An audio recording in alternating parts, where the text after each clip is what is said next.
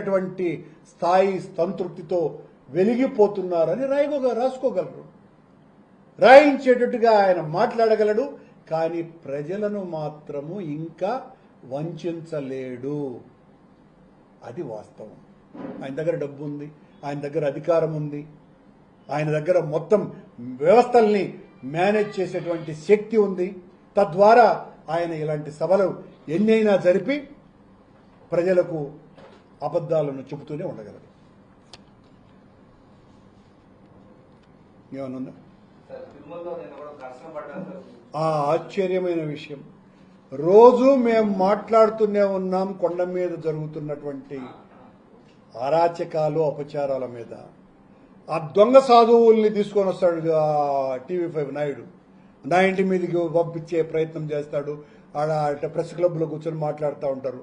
నిన్న రౌడీలు, గూండాలు కొండ మీద, మేము రాయలేదే,